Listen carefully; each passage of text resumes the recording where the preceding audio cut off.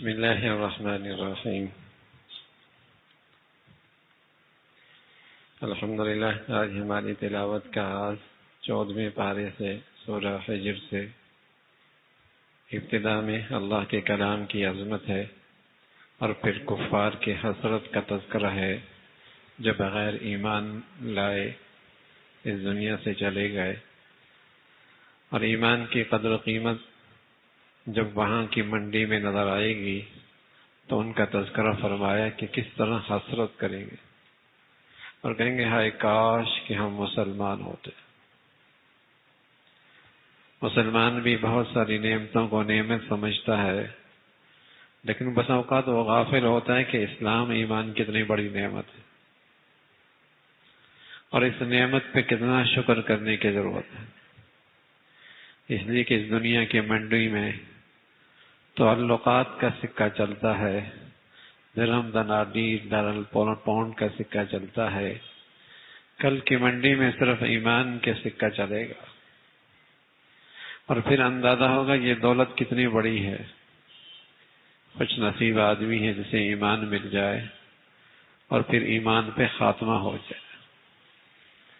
تو اللہ نے ان کفار کا تذکرہ فرمایا جو کفر کی حالت میں مارے حسرت کے کہیں گے کاش کے مسلمان ہوتے، لیکن وہ وقت نکل چکا ہے، وہ حسرت نہیں حسرت رہ جائے گی۔ اللہ نے قرآن بھیجا ہے جس کے اندر نجات اور فلاح کا مشن، فلاح کا دستور موجود ہے، پیغام موجود ہے، اور یہ اللہ کا کلام ایسا ہے جس کی حفاظت کی ذمہ داری اللہ نے خود لی ہے۔ تورات کی نہیں لی، انجیل کی نہیں لی، زبور کی نہیں لی، سب چیزوں میں رد و بدل آ گیا۔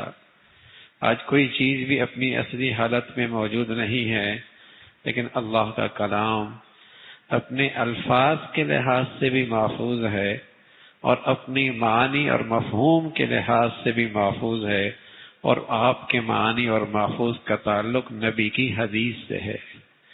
ان دونوں کی حفاظت کی ذمہ داری اللہ نے لی ہے۔ جو کہے قرآن محفوظ نہیں وہ بھی گمراہ ہے، جو کہے حدیث محفوظ نہیں وہ بھی گمراہ ہے۔ اللہ نے ہدایت کا یہ پیغام قرآن کی شکل میں قیامت تک کے لیے حفاظت کی ذمہ داری خود لی ہے۔ ہر دور میں اللہ نے ایسے لوگ پیدا فرمائے جو اللہ کی یہ خدمت کر رہے ہوتے ہیں، اور اللہ انہیں اپنا نام دے دیتا ہے، کہتا ہے یہ حافظ ہے، حالانکہ اللہ خود حافظ ہے۔ اللہ اپنا نام اسے دے دیتا ہے، یہ حافظ ہے۔ ایک نقطے کا بھی فرق نہیں۔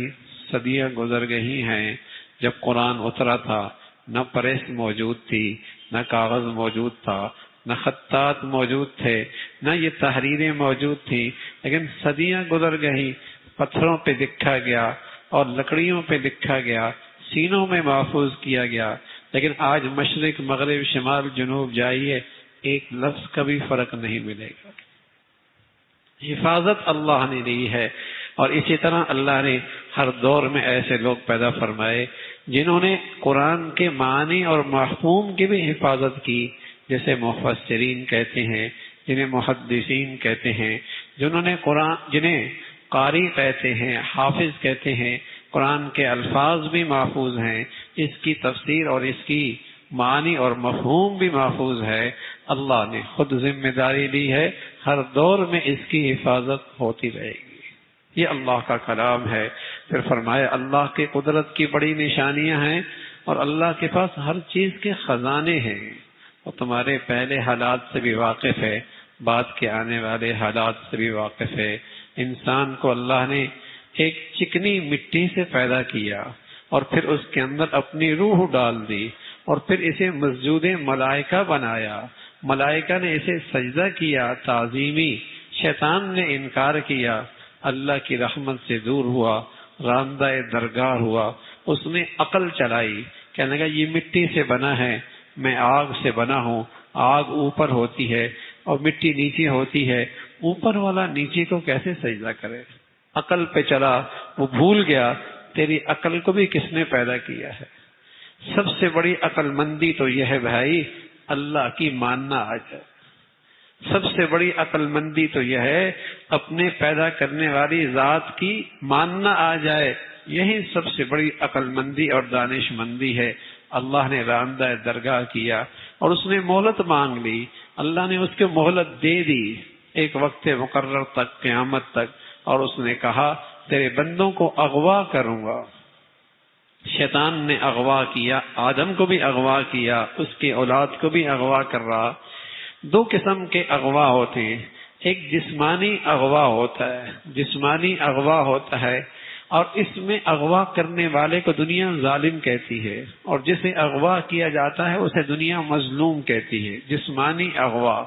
لیکن ایک اغوا ہوتا ہے نظریات کا اور فکر کا اور سوچ کا۔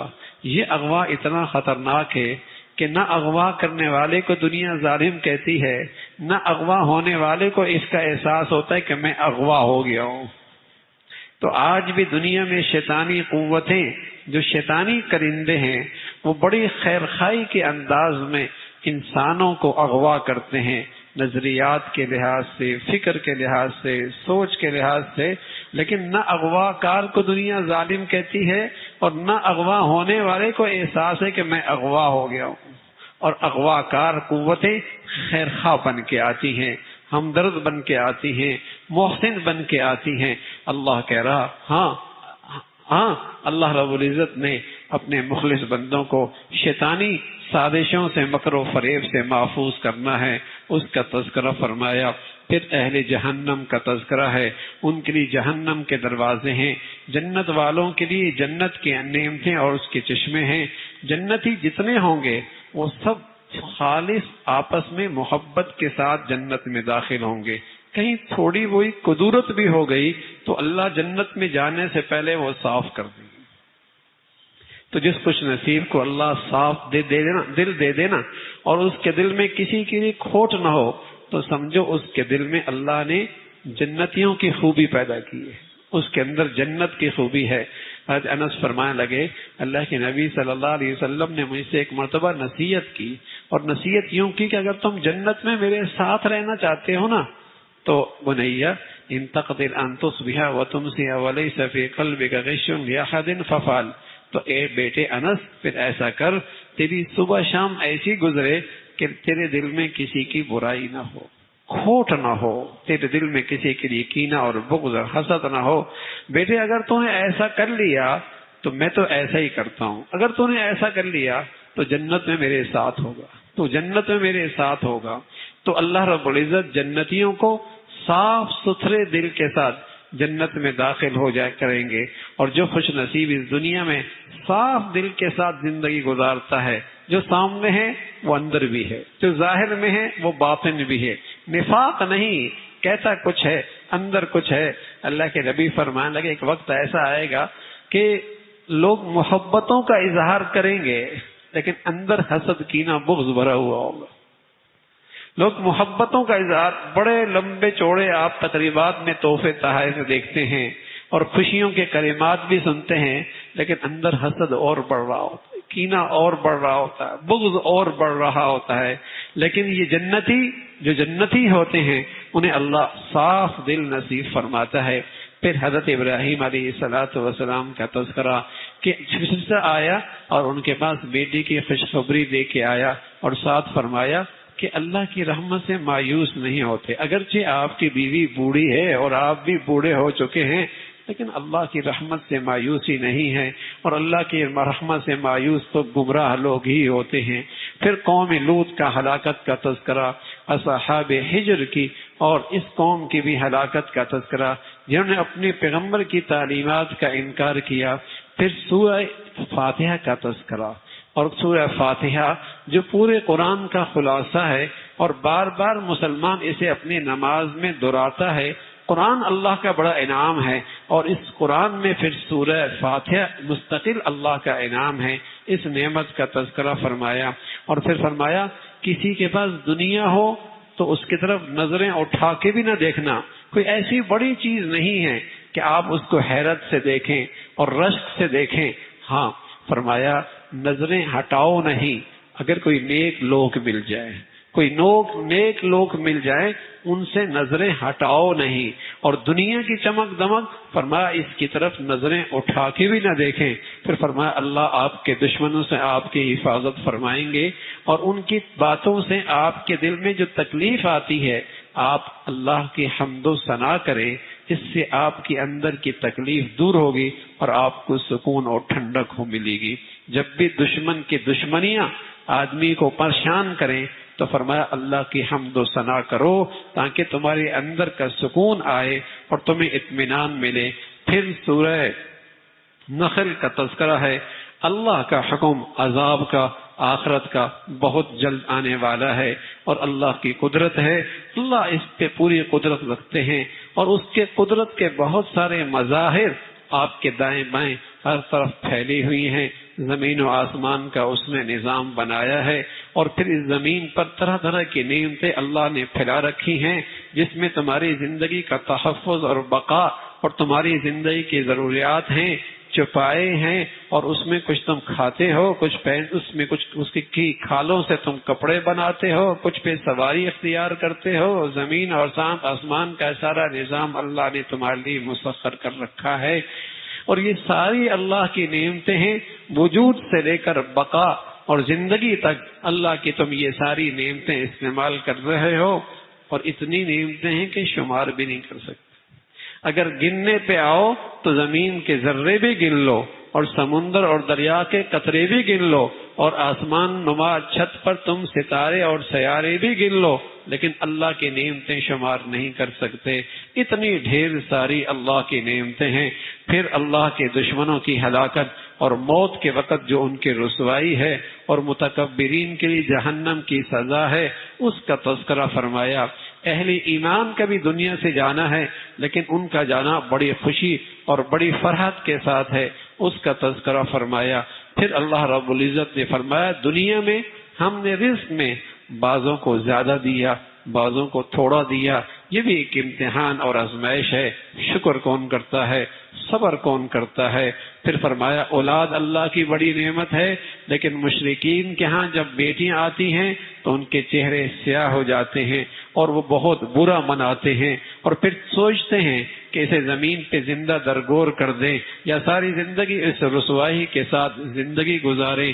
وہ بیٹیوں سے نفرت کرتے ہیں لیکن ہمارے نبی نے بتایا کہ بیٹیاں اللہ کی رحمت ہوتی ہیں اور جس خوش نصیب کی بیٹیاں ہیں اسے اپنے نبی سے مناسبت بھی ہے, اس لیے کہ نبی نے اپنی بیٹیوں کی پرورش کی اور نبی نے اپنی بیٹیوں کی تعلیم کا انتظام فرمایا اور نبی نے اپنی بیٹیوں کو آگے دوسرے گھروں میں رخصت فرمایا.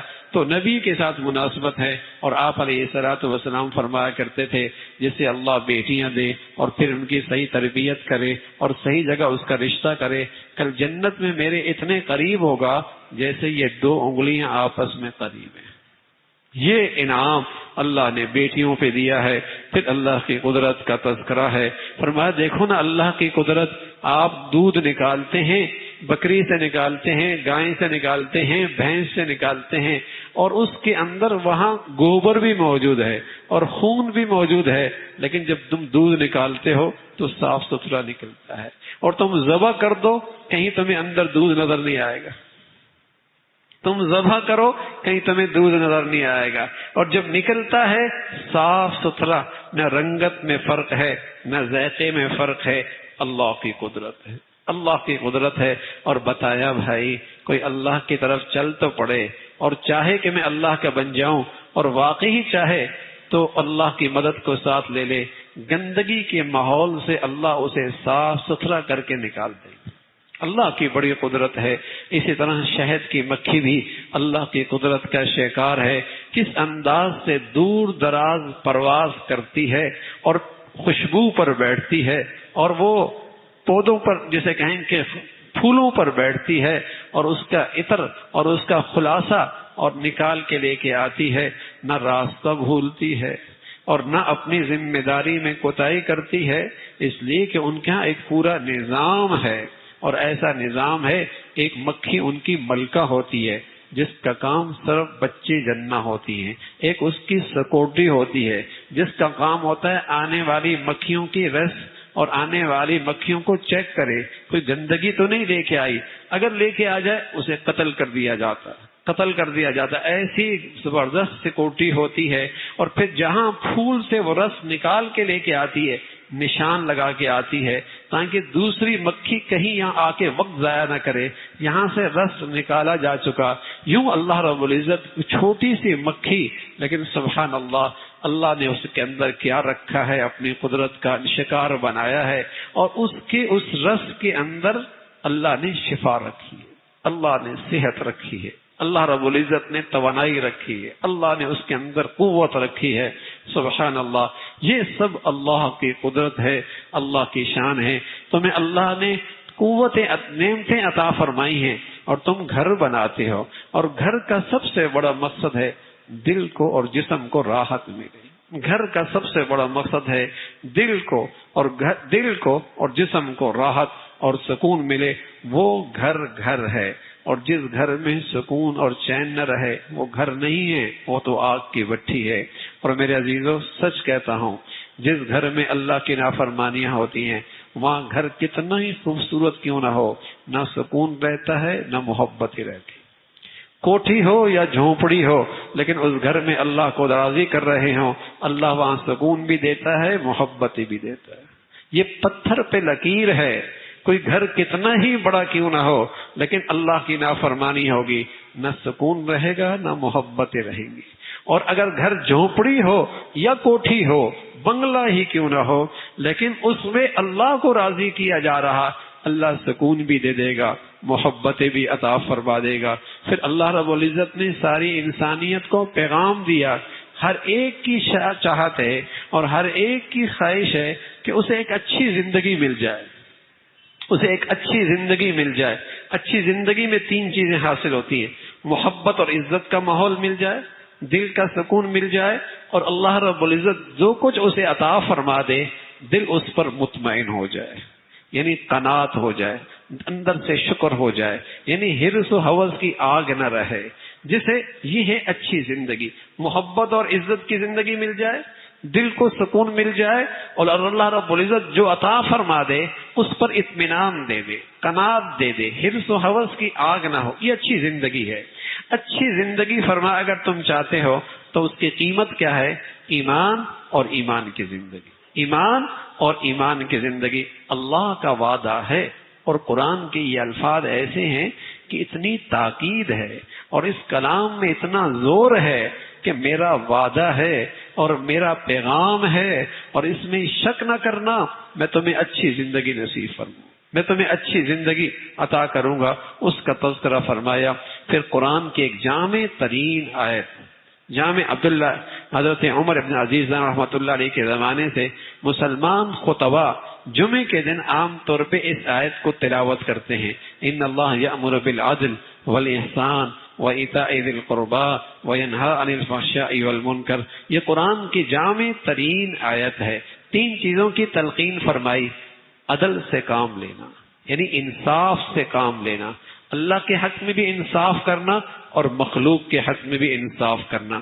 یہ کم از کم درجہ ہے, اس لیے کہ اگر انصاف نہیں ہوا تم ظالموں میں شمار ہو جاؤ گے, ظالموں میں شمار ہو جاؤ گے. اس لیے کہ جو اللہ کا حق ضائع کرتا ہے وہ بھی ظالم ہے, جو اللہ کا حق پورا کرے مخلوق کا حق ضائع کرتا ہے وہ بھی ظالم ہے, وہ بھی ظالم ہے.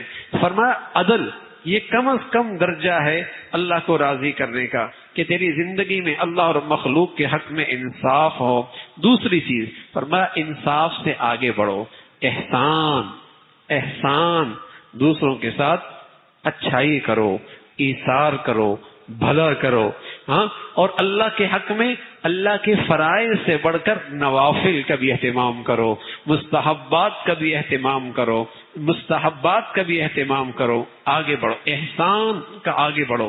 تیسری چیز خاص طور پہ, حالانکہ عدل میں اور احسان میں سب آ گئے, لیکن خاص طور پہ فرمایا رشتہ داروں کا خیال رکھو, رشتہ داروں کا خیال رکھو, رشتہ داروں کا خیال رکھو, صلہ رحمی کا خیال رکھو. دنیا پرستی کیا آئی ہے, سارے رشتے ٹوٹ پھوٹ گئے, سارے رشتے ٹوٹ پھوٹ گئے ہیں. دلوں میں ایک دوسرے کے لیے خلوص ہی نہ رہا, صرف خلوص رہ گیا ہے, صرف خلوص رہ گیا ہے. دلوں میں ایک دوسرے کے لیے خلوص اور جگہ ہی نہیں رہی. کہاں مسلمان ہر مسلمان سے محبت کرنے والا اور ہر مسلمان کے لیے خیر خواہی رکھنے والا، اور کہاں یہ نفس نفسی میں خود غرض ہو گیا ہے، ایسا خود غرض ہو گیا ہے کہ اسے اپنے کے سوا کوئی اور نظر ہی نہیں آتا۔ فرمایا رشتہ داروں کا خیال رکھو، اور تین چیزوں سے روکا، بے حیائی سے روکا، اور منکرات اور گناہوں سے روکا، اور ظلم سے روکا، اس کا تذکرہ فرمایا۔ جب تم عہد کرو اللہ سے یا مخلوق سے، اسے پورا کرو۔ اس عورت کی طرح نہ ہو جو سوت سے دھاگا بناتی ہے، دن بھر دھاگا بناتی ہے، رات ہوتی ہے، شام ہوتی ہے، پھر اسے کاٹ کے ضائع کر دیتی ہے، اس کی ساری محنت ضائع ہو جاتی ہے۔ فرمایا تم اپنی نیکیاں یوں ضائع نہ کرنا، اور اللہ کے نام کی جھوٹی قسمیں نہ کھانا۔ اور پھر فرمایا جو تم نے اللہ کے لیے دے دیا، حقیقت میں وہی مال محفوظ ہو گیا، جو تمہارے پاس رہ گیا بس وہ تو رہ ہی گیا، اس لیے کہ اس پہ تو فنا آ جائے گی، اس کا تذکرہ فرمایا۔ پھر آخرت کا تذکرہ ہے، اور آخرت کی زندگی ہے، اور اس کی حقیقت کا تذکرہ فرمایا۔